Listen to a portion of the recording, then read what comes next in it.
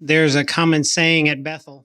Aqui em Betel, costumamos dizer que a única coisa que não muda são as mudanças. That's an understatement now. Mas agora, essa frase não explica bem quantas mudanças temos. Em todo canto que você olha, parece que a toda hora as coisas estão mudando. Por exemplo, desde que eu preparei este esboço, muita coisa mudou. Isso em questão de alguns meses. Isso mostra que estamos vivendo numa época de grandes mudanças.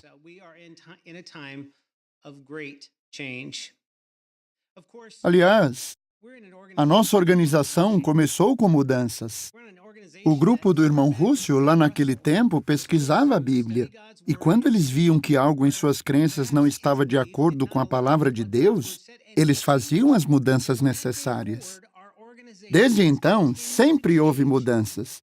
E é bom ver que o escravo fiel e prudente continua a fazer os ajustes necessários para promover a obra de pregação, para divulgar o nome de Jeová e para beneficiar o povo dele. Isso mostra que as mudanças nem sempre são ruins. Também nem todas as mudanças são grandes. Tivemos várias mudanças aqui em Betel nos últimos anos. E nós gostamos muito de algumas delas. Por exemplo, passamos a ter folga todos os sábados para dar mais apoio ao serviço de campo. E os com mais de 70 anos ganharam um dia de folga a mais para cuidar de assuntos pessoais ou para ir ao campo. Isso foi uma bênção. Também podemos assistir à adoração matinal e ao estudo da sentinela no apartamento quando estamos doentes. Essas mudanças foram boas. E há muitas outras mudanças que gostamos. Mas, às vezes, algumas mudanças nos tiram da nossa zona de conforto. Não é verdade? Isso pode causar ansiedade. Talvez por causa do medo do desconhecido. Ou talvez achemos que perdemos o controle da nossa vida por causa de todas essas mudanças. E isso também causa ansiedade. Mas, se nós permitirmos que a ansiedade tome conta de nós, vai acontecer o que diz Provérbios 12, 25. A ansiedade sobrecarrega o coração do homem. Então, isso pode atrapalhar ou impedir que a gente siga em frente, se ficarmos sobrecarregados com o que está acontecendo, pensando, o que vai acontecer comigo? Como diz a ilustração no tema, podemos comparar a nossa situação à dos marinheiros num barco à vela. Por quê? Porque pode até parecer que o marinheiro é refém das condições do clima. Ele não consegue mesmo controlar o tempo, mas ele pode se ajustar ao tempo. Um marinheiro experiente consegue manter o controle. Ele consegue continuar no rumo certo por ajustar as velas, por pegar o vento de diferentes ângulos para continuar seguindo em frente. Mesmo que de início o tempo ruim atrapalhe ele. Na verdade, para o marinheiro navegar, os ventos têm que soprar nas velas do barco. Isso acontece nas equipes de corrida que têm aqueles grandes barcos à vela. É impressionante ver como eles conseguem manobrar, fazer curvas e correr, porque eles têm experiência. Voltando agora ao nosso caso, talvez achemos que não temos total controle sobre a nossa vida em Betel. E isso é verdade, não temos. Nossas circunstâncias mudam muito. Mas mesmo assim, podemos manter o controle da nossa vida. Como? Por que dizemos isso? Bem, abram comigo no Salmo 46. Salmo 46. E vejam o que diz os 3 primeiros versículos. Aqui diz, Deus é nosso refúgio e nossa força, uma ajuda encontrada prontamente em tempos de aflição.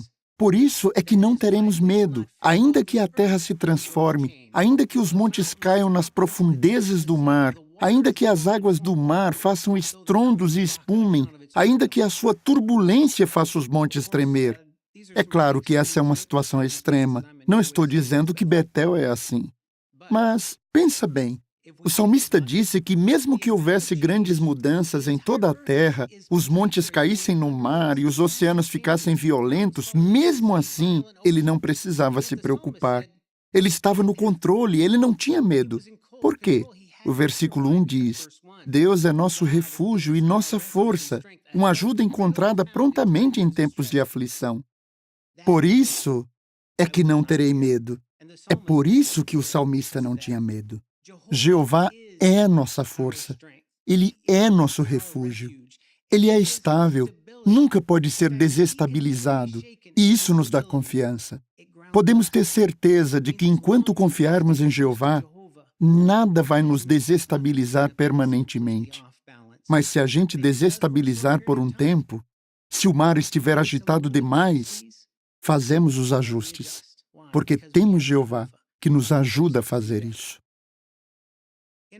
Hoje vamos falar um pouco de 3 grandes mudanças, algumas que já aconteceram, outras que estão afetando a nossa família agora e ainda outras que nos afetarão no futuro. Veremos também 3 relatos bíblicos que mostram que o amor de Jeová por nós nunca muda e que Ele é capaz de nos conduzir a salvo através de qualquer tempestade. A primeira tem a ver com a mudança de lugar. Vamos voltar ao dia 6 de janeiro de 2015. Parece que foi há muito tempo, porque o tempo passa rápido em Betel. Naquele dia, como de costume, você foi para o refeitório. No café da manhã tinha queijo, omelete e aveia. Então, teve o anúncio que vinha do corpo governante alterando quais departamentos iriam se mudar para Walkill. Você lembra? Não seria mais o Departamento de Computadores e nem o Departamento Regional de Projeto Construção, mas o Departamento de Serviço e o escritório da Comissão de Filial que mudariam para Walkill. Imagine quantas vidas foram afetadas em questão de minutos por aquele anúncio. E, é claro, depois o Departamento Regional de Projeto Construção se mudaria para Porto Rico. Quem podia ter pensado nisso? Por essa você não esperava. As mudanças podem ser rápidas. Em resultado daquele anúncio, a partir do mês que vem, uns 400 membros da nossa família, de Patterson e de Brooklyn, se mudarão para Walkill, começando uma fase de grandes mudanças. Mas agora isso deixou de ser novidade. Daí, quando você estava começando a se acostumar com isso, veio setembro. Você foi para o café da manhã. De novo tinha aveia. Mas o anúncio dado para a família de Betel naquele dia falava de outras mudanças na organização. Falava de uma grande redução das famílias de Betel no mundo todo. E enfatizou novamente a pregação e o apoio que essa mudança daria à pregação. Com relação ao Betel dos Estados Unidos, foi estabelecido que os prédios ligados por túnel não seriam mantidos, como decidido antes. Em vez disso, todas as propriedades em Brooklyn seriam vendidas e os departamentos restantes também teriam de se mudar. Então, mais mudanças que, aliás, já estão acontecendo, e dá para ver isso. Bem, naquela semana, muitos tiveram de ajustar o assunto da adoração em família. Muitos precisaram conversar sobre isso em família, pois suas vidas seriam afetadas por essas mudanças. É claro que, tanto individualmente como em família, nós apoiamos lealmente as mudanças. A organização tem motivos para fazer os ajustes, e nós entendemos isso, por isso queremos cooperar. Mas para muitos, a mudança é muito grande. Talvez envolva deixar o complexo que sempre serviram desde que chegaram em Betel. Provavelmente eles fizeram grandes amizades, não só com outros betelitas, mas também na congregação, onde servem por vários anos. Ou outros que tinham trazido os pais idosos para morar perto do complexo que eles estão servindo. Os pais podem se mudar de novo? Será que eles estão em condições de fazer outra mudança? Essas coisas acontecem. E é compreensível que isso gere ansiedade e nos deixe um pouco preocupados e, às vezes, até sobrecarregados. Então, o que pode nos ajudar? O que fazer para seguir em frente? Qual é a saída? Não podemos mudar o que foi decidido. Não cabe a nós fazer isso, nem é isso que queremos. Queremos cooperar com as decisões que são tomadas. Vamos nos esforçar para isso. Vejam o que Davi disse no Salmo 40. Notem a confiança que ele demonstrou no versículo 5. Ele disse: Quantas coisas fizeste, ó Jeová, meu Deus! Muitos são os teus atos maravilhosos e os teus pensamentos a nosso respeito. Não há quem se compare a ti. Se eu fosse narrá-los e falar deles, seriam numerosos demais para relatar. Talvez é a hora de fazer algumas contas. Some tudo o que Jeová fez por você individualmente aqui em Betel, na nossa família. Por exemplo, quando você estava ansioso no seu primeiro dia aqui, sentiu Jeová segurando na sua mão? Ou, se você chegou recém-casado em Betel, lembre como Jeová te ajudou a se adaptar a uma nova cidade, a uma nova congregação, ao casamento e também ao seu trabalho em Betel. Quando estava desanimado, se lembra que Jeová enviou a pessoa certa, na hora certa e com as palavras certas para te animar, e talvez ela até te ajudou a não cometer o erro de deixar o serviço de Betel algum tempo atrás? Todos nós podemos nos lembrar das muitas e muitas vezes que Jeová nos ajudou, mostrando o seu amor e o seu cuidado por nós, assim como ele fez com Davi. Mas a pergunta é: você acha que ele pode te ajudar de novo? A sentinela de hoje falou sobre fé. Então, será que temos fé que Jeová vai nos ajudar de novo? Isaías 59:1 diz que a mão de Jeová não é curta.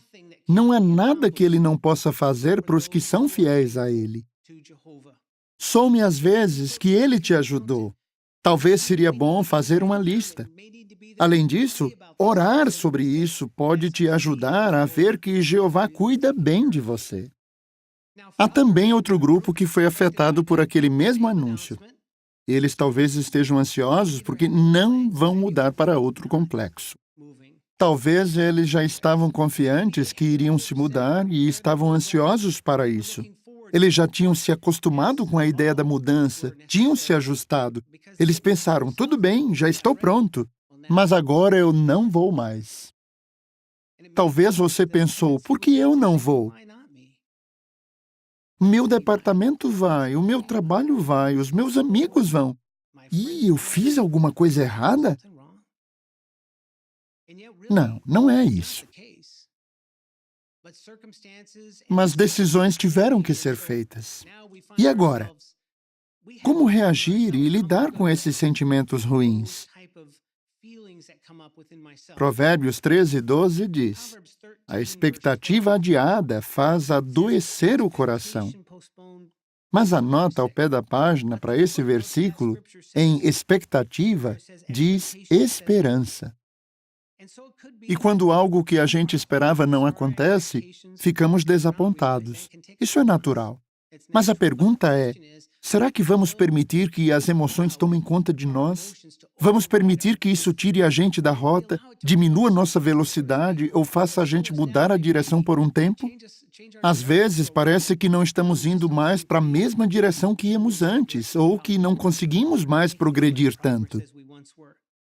Para manter uma atitude positiva, o equilíbrio e não perder a rota, muitas vezes é preciso mudar o modo de pensar, principalmente quando não é possível mudar as circunstâncias. Temos a tendência de nos comparar com outros, mas isso não é bom. Gálatas 6:4 nos diz para não fazer comparações. Não devemos comparar o que nós fazemos com o que outros fazem no trabalho ou na congregação. Então, o que podemos fazer? Vamos considerar um relato bíblico que nos ajudará a ver por que não é bom fazer comparações. O relato é de quando Jesus escolheu os 12 apóstolos. Imaginem o privilégio que era conviver com Jesus quando ele esteve na Terra, conhecer ele de perto, trabalhar com ele, aprender dele e ouvir seus ensinamentos. Que privilégio para alguns que tiveram isso por 3 anos e meio. A gente trocaria muito de nosso tempo apenas para passar um pouquinho só de tempo aprendendo diretamente de Jesus, não é verdade? Sem dúvida, muitos queriam ter o privilégio de ser um dos discípulos mais achegados de Jesus, ou um dos apóstolos. Mas chegou uma hora que só 12 foram escolhidos, entre os muitos que seguiam a Jesus na época. Veja o que diz Atos capítulo 1. Atos 1. Quando foram substituir Judas, de que grupo eles escolheram? Isso foi depois de Jesus ter morrido e subido ao céu. Os versículos 21 e 22 dizem: portanto, é necessário que um dos homens que nos acompanharam, versículo 21, durante todo o tempo em que o Senhor Jesus realizou suas atividades entre nós, desde o seu batismo por João até o dia em que do nosso meio foi levado para cima, se torne testemunha conosco da sua ressurreição.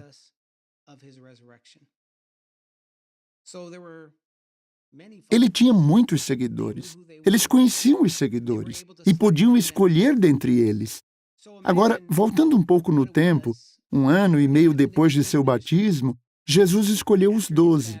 Vejam o que diz o relato de Marcos 3, 13 e 14 a respeito disso.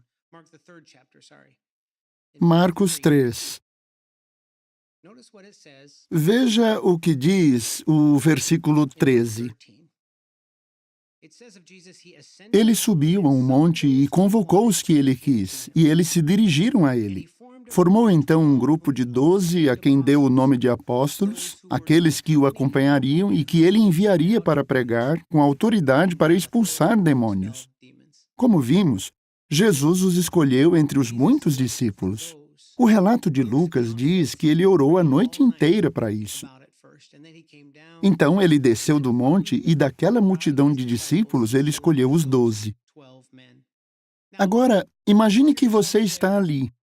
Como você se sentiria se fosse um dos que seguiram lealmente a Jesus desde o batismo dele? Talvez você fosse um dos que, assim como André, João, Pedro e Tiago, o seguiram imediatamente. Para se tornar seguidor dele, você deixou tudo para trás. Mas Jesus não escolheu você para ser um dos 12. Como se sentiria? Traído? Desrespeitado? Pensaria que a decisão não foi justa? Começaria a criticar os que foram escolhidos? É claro que não. Você iria pensar, tá, eu não vou ser um dos 12, mas que privilégios eu já tenho? Quais eram os privilégios que aqueles homens ainda teriam? Pelo que vemos em Atos, esses homens continuaram com Jesus. Esses discípulos também continuaram com ele. Eles ouviam Jesus ensinar e pregar. Também, apenas alguns dias depois, eles poderiam ouvir o famoso Sermão do Monte se seguissem a Jesus. E eles ainda tinham o privilégio de pregar. Sabemos que Jesus enviou os 12 e mais tarde 70 para pregar. Então, muitos além dos apóstolos tinham o privilégio de participar na pregação. Eles podiam ajudar outros a encontrar o Messias e tinham a mesma esperança que os 12 apóstolos, a de serem ungidos e de ir para o céu e estar com Jesus após serem ressuscitados. O que aprendemos disso? Em vez de se sentir rejeitado por não ter sido escolhido para alguma designação ou para algum local específico, pare, pense e ajuste. Que privilégios eu já tenho? Nós dedicamos a nós mesmos, o nosso tempo, as nossas energias e toda a nossa capacidade mental para servir a Jeová, naquilo que fomos designados, aqui em Betel ou no campo. É isso que devemos fazer. Senão, que opção temos? Baixar as velas? Para ficar à deriva? Não queremos fazer isso. Não foi para isso que viemos para Betel. Seria uma atitude muito perigosa, que queremos evitar. Em vez disso, vamos manter o foco no que é mais importante. Abram a sua Bíblia em 2 Coríntios. 2 Coríntios, capítulo 4. Veja que, depois de dizer, no versículo 17, que a tribulação é momentânea e leve, Notem o que diz o versículo 18. Ao passo que fixamos os olhos não nas coisas vistas, mas nas coisas não vistas. Porque as coisas vistas são temporárias, mas as coisas não vistas são eternas. O que isso nos ensina? Tudo neste sistema, menos nossa amizade com Jeová, é temporário. A nossa designação é temporária, o nosso local de trabalho é temporário, talvez o lugar onde moramos também é temporário. O que não muda é a nossa lealdade, a nossa devoção e a nossa integridade a Jeová. Isso é o que dura para sempre. E é isso que Jeová promete no Salmo 84:11, que diz que Jeová não negará nada de bom aos que andam em integridade. Isso não depende de algum lugar ou designação. O Salmo 18:25 diz: com alguém leal, ages com lealdade. Isso é o que Jeová promete para todos nós. Outro grupo foi afetado por esses anúncios: as esposas. Elas geralmente são afetadas muito mais do que os maridos por algumas dessas mudanças. E muitas irmãs vão mudar acompanhando o marido. Agora, pare um pouco e pense em como elas se sentem. Pode ser que a mudança para outro local signifique deixar um serviço que amam e que, aliás, fazem muito bem. Você sabe como é. Ou deixar as pessoas com quem gostam de trabalhar. Isso está acontecendo onde eu trabalho, no escritório do lar em Brooklyn. Cada um vai para um lugar diferente e estamos sentindo na pele essa separação, pois somos como uma família ali no escritório. Mas para as nossas esposas, algumas ainda nem sabem para onde vão e precisam esperar mais um pouco. Então, imaginem como elas estão se sentindo. Talvez pensem: será que alguém, além do meu marido, entende a ansiedade que estou sentindo? Isso mexe com elas? Com certeza. Muitas vezes, o marido tem mais detalhes sobre sua nova designação do que a esposa. Então, é bom se colocar no lugar delas. Mas o que pode ajudar nossas esposas a lidar com esses sentimentos e manter a estabilidade e continuar na rota quando elas têm essas dúvidas? Gostaríamos agora de considerar o segundo exemplo da Bíblia, o de Ester. Das mulheres mencionadas na Bíblia, ela foi uma das que praticamente não teve escolha em como levar a sua vida. Mas ela se sujeitou a isso voluntariamente. Vamos abrir em Ester. Primeiro, vamos ver um pequeno detalhe sobre Ester. Ester 2:7. A parte B do versículo diz: ela era uma moça bonita e atraente, e Mordecai a havia adotado como filha depois que o pai e a mãe dela morreram. Como vimos, ela era uma linda jovem israelita. Com certeza não iam faltar bons pretendentes na nação, interessados nela. Provavelmente ela até poderia escolher. Mas será que ela teve essa chance? Não. Ela, junto com outras lindas jovens da nação, foram levadas para serem apresentadas para um rei pagão, Assuero. Vejam o que diz o capítulo 2, versículo 12. Antes de chegar a sua vez de se apresentar ao rei Assuero, toda moça recebia o tratamento de 12 meses prescrito para as mulheres. E o tratamento de beleza que elas tinham de fazer era o seguinte: 6 meses com óleo de mirra e 6 meses com óleo de bálsamo e outros óleos para tratamento de beleza.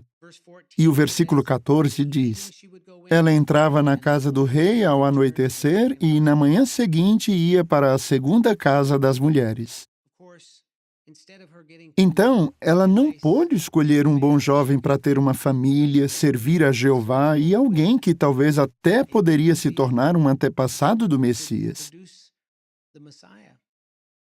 Isso não era mais possível. Agora ela estava do lado de alguém que não amava a Jeová, um pagão, e que já tinha várias esposas. Não deve ter sido nada fácil para ela. Será que você aceitaria isso? Esther aceitou.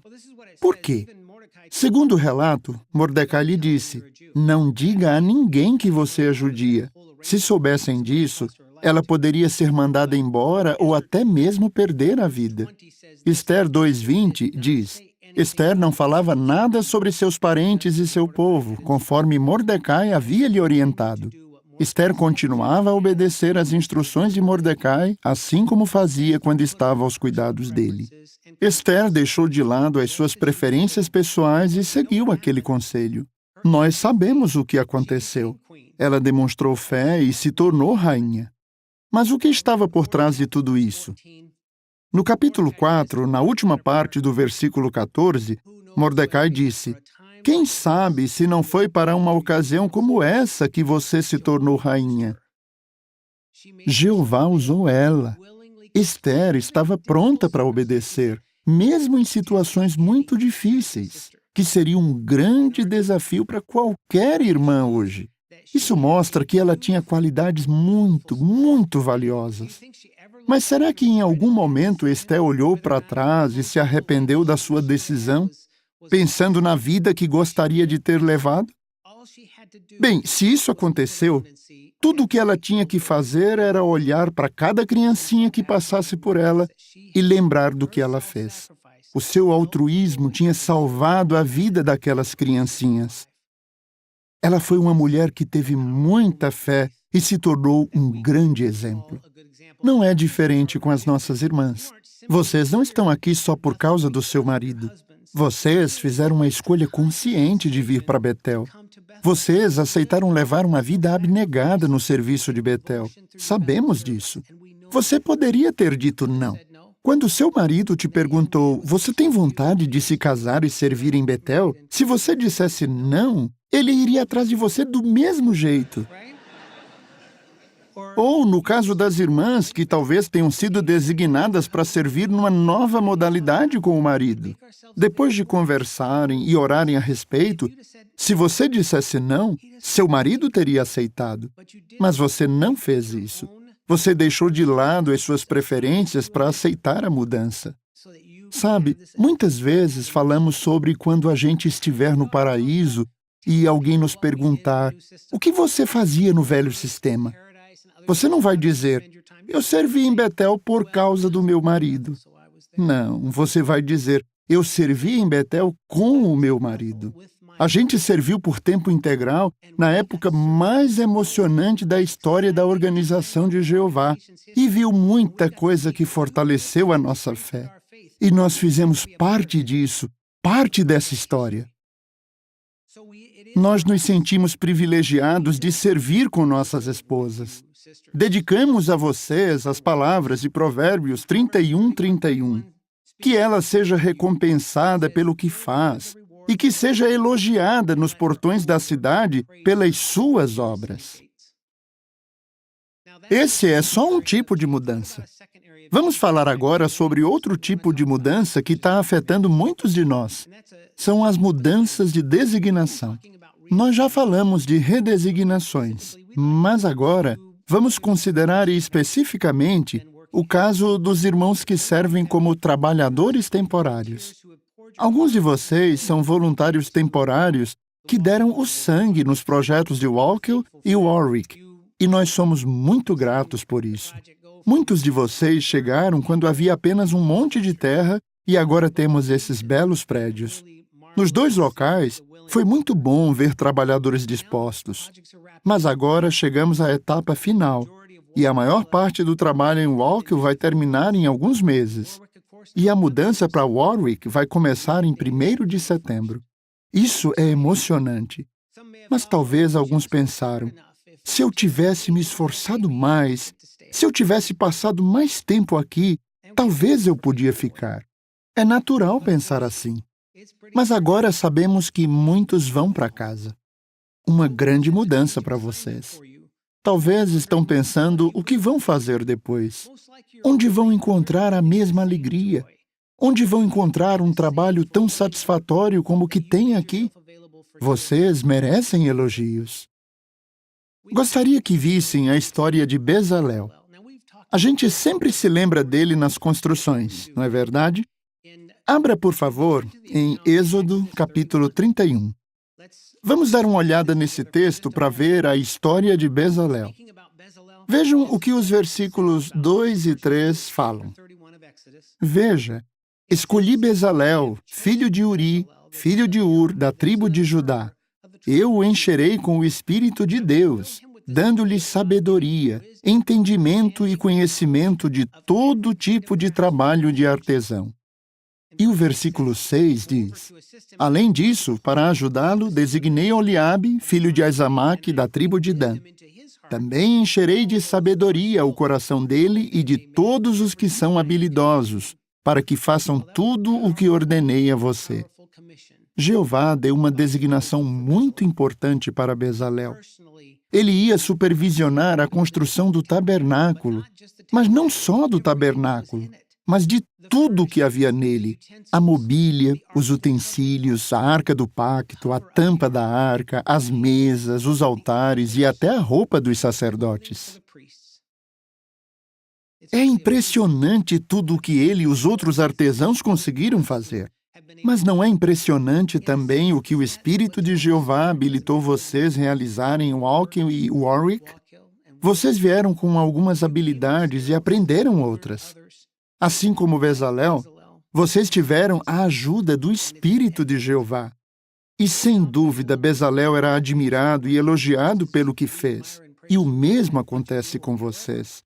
Mas quando o tabernáculo foi inaugurado, as coisas mudaram para Bezalel. Quando ele foi inaugurado, Bezalel não podia mais entrar lá. Levítico, capítulo 16, diz que só Arão podia entrar no Santíssimo, e só na ocasião determinada. Além disso, de acordo com Números 3:31, Bezalel não podia nem mesmo tocar nos móveis, porque agora os coatitas eram os únicos responsáveis pelos utensílios. Aquele homem esteve envolvido em fazer tudo o que estava relacionado com aquele tabernáculo, mas agora ele não podia entrar, não podia tocar, não podia nem olhar. Como será que ele se sentiu? A Bíblia não diz, mas como ele era um homem espiritual, para ele o que foi feito era mais importante do que seus próprios sentimentos. Mas uma coisa é certa, o que ele não podia fazer só seria ofuscado pelo que ele podia fazer. Ele tinha lindas memórias. Ele podia contar para os filhos e netos sobre o trabalho que ele fez. Podia apresentar para eles as pessoas com quem tinha trabalhado. Um monumento duradouro para louvar a Jeová. Foi nisso que ele trabalhou. E é nisso que vocês estão trabalhando.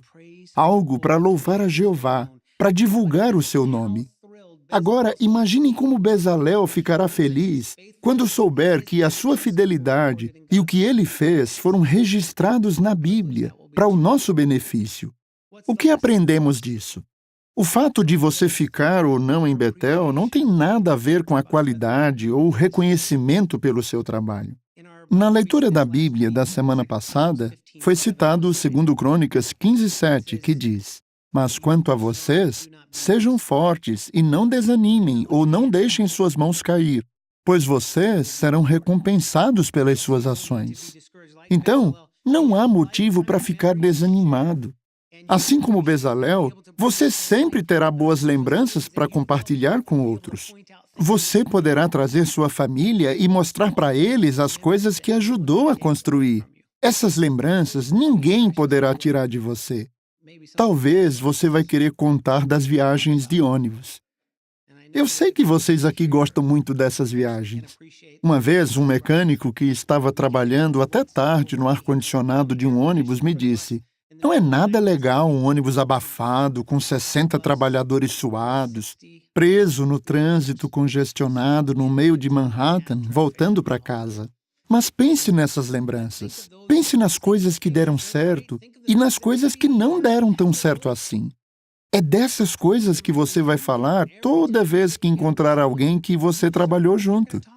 E as maiores decepções que você teve vão ser as coisas que você vai dar risada e conversar para sempre. São lembranças que nunca serão apagadas. E lembre-se, essa não é sua última designação. Ninguém aposenta no serviço para Jeová. Não existe uma cadeira de balanço na varanda para ficar olhando o pôr do sol. Temos trabalho a fazer e Jeová quer nos usar. Então, se tiver que sair de Betel, faça o que alguém disse uma vez. A melhor maneira de sair de Betel é levar Betel com você. Leve as memórias com você. Sempre fale de Betel com apreço e entusiasmo. Mantenha as amizades e nunca deixe de se oferecer para qualquer designação da organização. A organização precisa de nós, precisa de você para fazer o trabalho. Por fim, a terceira e última mudança da qual vamos falar tem a ver com a mudança de circunstâncias em nossa vida. Muitos dos mais antigos da família já estão aqui há décadas. Eles viram um enorme aumento na história do povo de Jeová. Talvez tenham chegado aqui quando só havia os prédios de Brooklyn. Depois veio a Fazenda do Reino, a Fazenda da Montanha, Walker e Patterson, uma grande expansão. E agora Warwick. Muitos dos mais antigos viram tudo isso acontecer. Que grande privilégio! Mas muitos já sabem que não vão se mudar com os seus departamentos para Walker ou mesmo para Warwick. Isso pode ter deixado eles muito chateados e tristes. Talvez se sintam como o salmista, que disse no Salmo 71:9, "Não me rejeites na minha velhice, não me abandones quando me faltarem as forças." Mas precisamos nos lembrar de que a mudança de circunstâncias em nossa vida, não importa quem somos ou onde servimos, não muda a forma como Jeová nos vê. Nem muda o nosso desejo de sermos usados por Ele.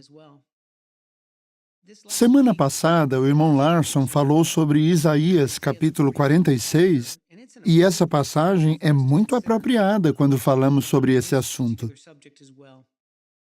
Isaías 46:4 diz: "Até a sua velhice eu serei o mesmo. Até seus cabelos ficarem brancos, continuarei a sustentá-los. Assim como tenho feito, eu os carregarei, sustentarei e salvarei." Jeová sempre fez isso por nós.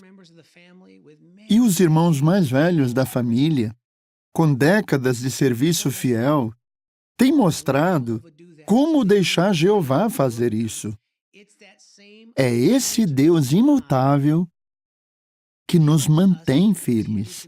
Essa certeza nos dá estabilidade, protege o nosso coração e nos dá confiança que Jeová ama e valoriza cada um de nós. Quando os cabelos ficam brancos e as forças acabam, Jeová nos carrega no colo. Vocês não vieram para Betel pensando em se aposentar um dia. Vocês trabalharam duro, nunca planejaram parar, nem Jeová quer isso. No capítulo 10 do livro de Daniel, Jeová descreveu Daniel como um homem muito precioso. Daniel tinha uns 100 anos e ainda era muito precioso aos olhos de Jeová. Como vocês. Mesmo que não consigam trabalhar como antes, ainda podem ser muito úteis para Jeová.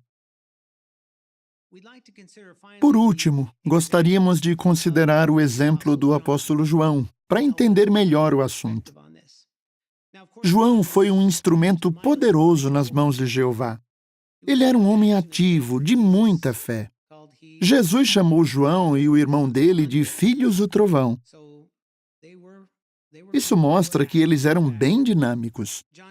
João 21:7 diz também que ele era o discípulo a quem Jesus amava. Ele se sentava ao lado de Jesus nas refeições. Era um grande amigo de Jesus. Talvez Jesus tenha falado para ele coisas que não falou para os outros discípulos. João foi um dos poucos que viram a transfiguração. Ele estava entre os 3 que acompanharam Jesus na casa de Jairo e viram a ressurreição da filha dele. e até mesmo teve a honra de cuidar da mãe de Jesus depois que ele morreu. Mas, após Jesus ter ido para o céu, quando tudo isso estava acontecendo, o que João fez? Ele pregou. Ele era um membro fiel na congregação. Ele estava junto com Pedro quando aqueles discursos foram feitos para as multidões. Milagres aconteceram, e quando eles disseram, vamos obedecer a Deus como governante em vez de a homens, tudo isso mostra que João era um homem de grande fé. Mas então, muito tempo se passou até a Bíblia falar novamente dele. Nesse meio tempo, 3 evangelhos foram escritos. Mateus escreveu o seu evangelho uns 8 anos após a morte de Jesus. Uns 15 anos depois, Lucas escreveu o seu. Alguns anos depois, Marcos escreveu o seu. Mas João não. 63 anos depois, onde ele estava? Pelo visto, onde a maioria dos cristãos estava, pregando ou na prisão.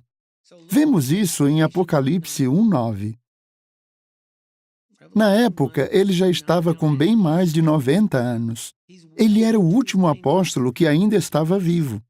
Apocalipse 1:9 diz: Eu, João, irmão e companheiro de vocês na tribulação, no reino e na perseverança e união com Jesus, me encontrava na ilha chamada Patmos, por ter falado a respeito de Deus e ter dado testemunho de Jesus. Ele estava idoso, mas ativo. A sua fé ainda era forte. Ele estava preso. Mas não é esse o ponto que queremos enfatizar.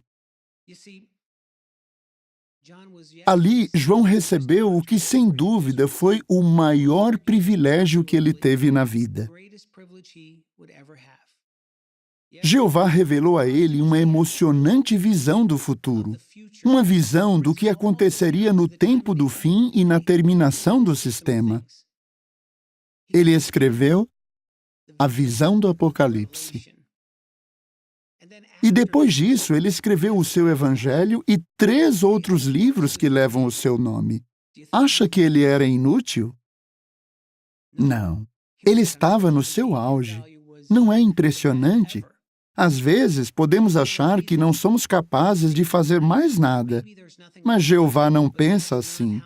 Que grande privilégio João teve de chegar a uns 70 anos de serviço fiel. O que aprendemos disso? Nunca deixamos de ser úteis para Jeová e para sua organização se permanecemos fiéis. E os mais velhos em Betel são um exemplo vivo para nós, os mais novos, do que significa trabalhar para Jeová, fazer o máximo para Ele. Eu penso nisso sempre que neva muito lá fora. Funciona assim.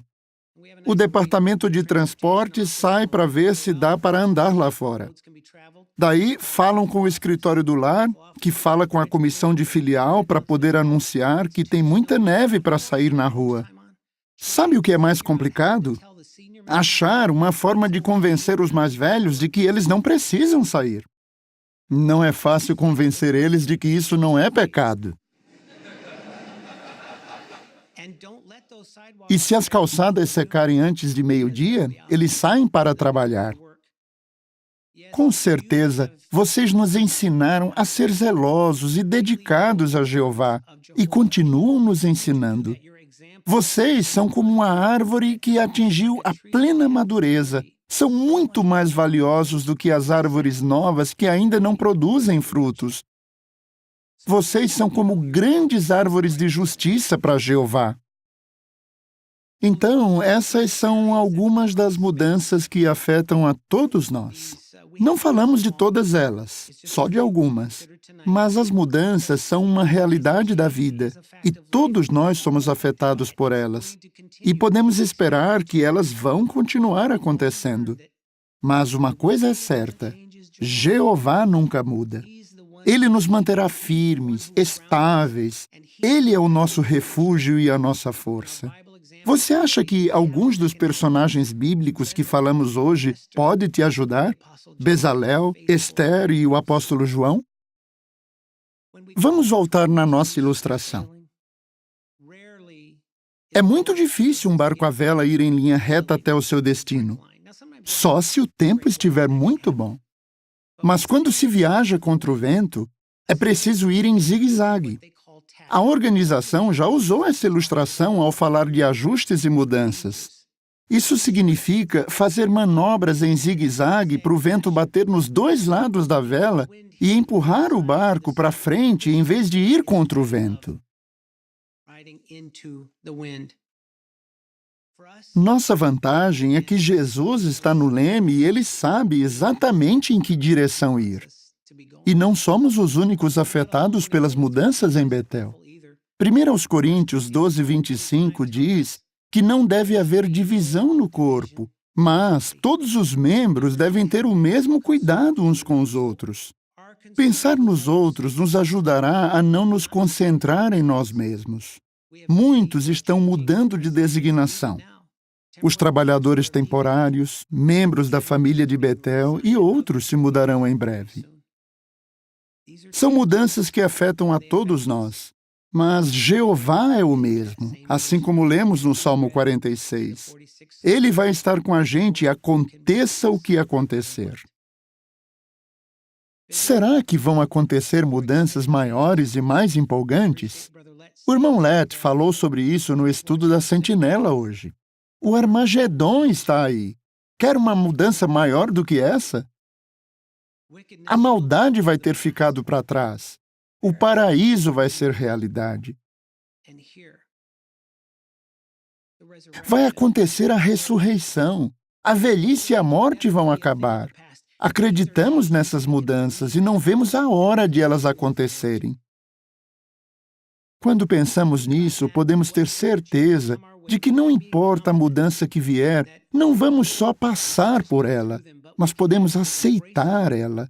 Podemos até aprender dela e crescer com ela. Podemos ter certeza de que Jeová, o Deus que nunca muda, vai estar com a gente e vai nos recompensar para sempre.